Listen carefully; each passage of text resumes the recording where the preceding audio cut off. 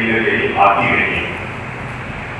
تو اب 17 سال کے بعد جب وہ یہاں سے گئے تھے اس وقت بچے جتنی پھول آصف فروغی صاحب نے شاید کی تھی اور وہ کتاب سب پڑھی تھی اور گفتگو بھی اس پر ہوئی. لیکن اس کے بعد جب دانش صاحب چلے گئے امریکہ پھر وہ ایک میں سیوس میں مجھے پڑھانے کا موقع ملا کلچر میں آیا. اس میں میں نے فیض صاحب کا جو کلچر کا مضمون ہے وہ پڑھا اور اندازہ ہوا کہ فیض صاحب کی جو علمیت تھی اور فیض صاحب کی جو دسترس تھی اپنے فن پہ اور علوم پر. پھر مجھے اتفاق سے پرانی کتابوں کی دکان سے علامہ اقبال کا پی ایچ ڈی کا تھیسس مل گیا اور میں حیران ہو گیا وہ تھیسس پڑھ کے. اقبال کس قدر پڑھے لکھے آدمی تھے, کتنی زبانوں کو عبور تھا, فلسفہ, ادب, روحانیت, ہر طرح کے علم پال اور کمال کا وہ اقبال کا پی ایچ ڈی تھیسس اگر کسی نے نہیں پڑھا تو بہت کمال ہی کا 27-28 برس کی عمر کا تھیسس ہے. پھر جان صاحب کے ساتھ میرا وقت گزرا ہے, جان گڑیا کے ساتھ. جان صاحب کی نظر تو آپ نے پڑھی ہی ہوگی, لیکن جان صاحب کی حال ہی میں نے ان کی حسن بن صباح میں کتاب ہے, یہ میں شاعروں کا ذکر کر رہا ہوں جو نثر جنہوں نے لکھی. حسن بن صباح پہ ایک کتاب پڑھی اور میں حیران ہو گیا. جان صاحب معلوم بتا رہے ہیں کہ 11ویں صدی میں شام میں کیا ہو رہا تھا, آخر کون تھا, عراق میں کون تھا. اور ان دنوں میں غالب کے خطوط پڑھا. غالب جو اردو کا عربی میں کی سب سے بڑا شاعر ہے. مشتاق یوسفی صاحب کا انتقال ہوا تو میں نے افتخار عارف صاحب کو فون کیا اور بچے کی بات میں ڈاؤن کے لیے. تو عارف صاحب نے کہا یوسفی صاحب کے بارے میں کہ یوسفی صاحب غالب کے بعد اردو کے سب سے بڑے نثر نگار, غالب کو سب سے بڑا نثر نگار افتخار عارف صاحب نے کہا. اب اندازہ یہ ہوا کہ کسی بڑے شاعر کو سمجھنا ہو, پڑھنا ہو تو اس کی نثر اگر اس نے لکھی ہے تو زیادہ بہتر طور پر آپ کو سمجھ میں آئے گا. مجھے بہت خوشگوار حیرت ہوئی یہ کتاب جب انہوں نے دانش کی میں نے شاعری میں پڑھی تھی. ان کے 2 شعر کو میں بہت سناتا تھا دوستوں کو. یادیں پاگل کر دیتی ہیں, باتیں پاگل کر دیتی ہیں, دن تو خیر گزر جاتا ہے, باتیں پاگل کر دیتی ہیں.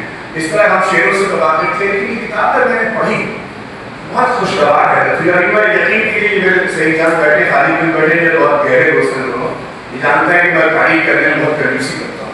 لیکن یہ ان کی جو تنقید کی میں نگاہ دیکھی, جو دسترس دیکھی تنقید پر, میں سمجھتا ہوں میں کتاب پہ تھوڑی سی بات کروں گا لیکن یہ جملہ اگر زیادہ کہ دانش کی جو تنقید ہے اس میں مجھے حیرت میں ڈال دیا.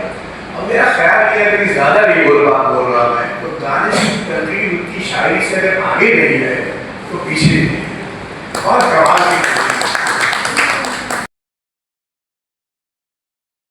کی شعور تھا وہ بیسیکلی اس کا تعلق مارکسزم سے زیادہ بنا 80 کے بعد. اس وقت جب ہم نے 10 علموں جانا شروع کیا اور یہ مطالعہ کا جن کو آگے بڑھا تو زیادہ تر بائیں بہادر کے جو تنقید نگار تھے, خاص طور پر پروفیسر احتشام حسین اور محمد صدیقی کو میں تھے ہی لوگ لیکچر تھے. اس کے علاوہ ہمارے ہندوستان میں اور پاکستان میں جو فائدہ کے نقاد کے لکھنے والے تھے ان سے بہت زیادہ وہ متاثر تھے. اور غزل و دانش میں جو گفتگو ہوتی تھی تنقیدی حوالے سے اس میں اذکار شاہی, مرحوم زیب اذکار حسین, نفیس اور اس کے علاوہ ابرار خود اور ان کے بھائی تھے چھوٹے, اور جو دوسرے دوست تھے جب وہ بات کرتے تھے تو وہ مارکسی تنقید کے زیادہ بات ہوتی تھی.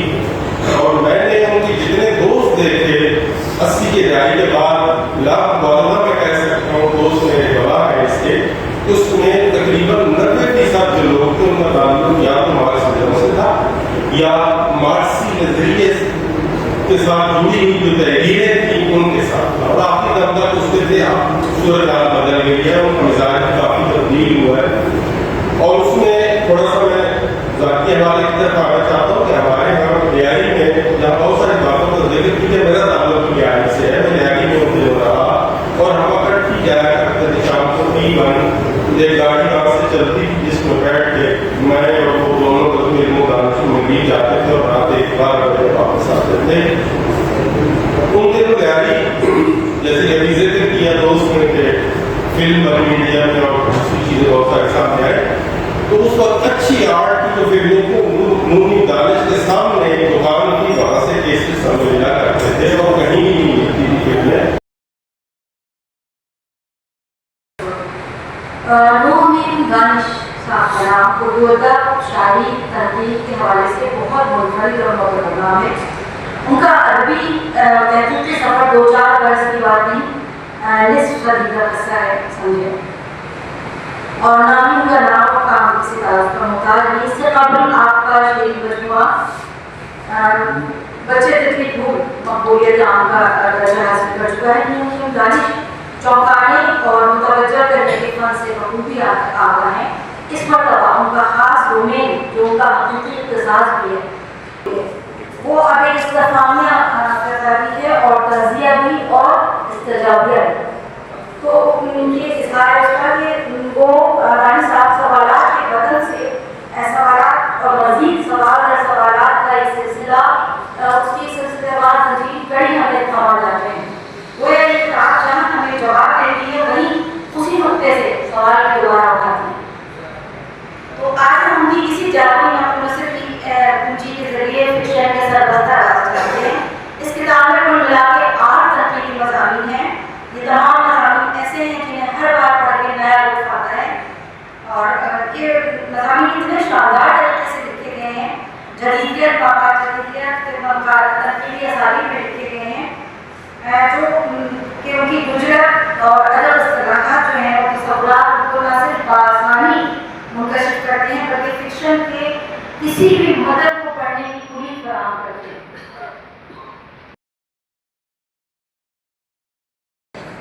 اسی کی دہائی میں کراچی کے جو نوجوان شعراء اس وقت سامنے آ رہے تھے اس میں نونی دانش ایک نمایاں مقام رکھتے ہیں. دہائی کو میں نے نونی دانش کے ذریعے دیکھا. مجھے یاد ہے 80 اور 81 میں زیب اسرار حسین وفیر شفتائی ملک اکبر ہمارے گروپ ہوتا تھا اور ہم لوگ آتما رام پریتم داس روڈ پر بیٹھا کرتے تھے اور جب ہوٹل بند ہونے لگتے تھے تو ان کے راستے پہ نونی دانش کے اوپر کمرے میں ایک سنگل کمرہ بنا ہوا تھا اس پہ جا کے بیٹھ جاتے تھے. اب پھر جب فجر کی اذانیں ہونے لگتی تھی تو پھر نیچے اترتے تھے اور اس کے گھر کے سامنے ایک ہوٹل ہوتا تھا وہ سب کھلا ہوتا تھا وہاں ناشتہ کر کے پھر ہم لوگ گھر آتے تھے. تو اسی زمانے کے ہمارے دوستوں میں ایک شخصیت یہاں موجود ہے جس نے نونی دانش کو بہت نزدیک سے دیکھا سمجھا بالخصوص ادب کے حوالے سے شاعری کے حوالے سے.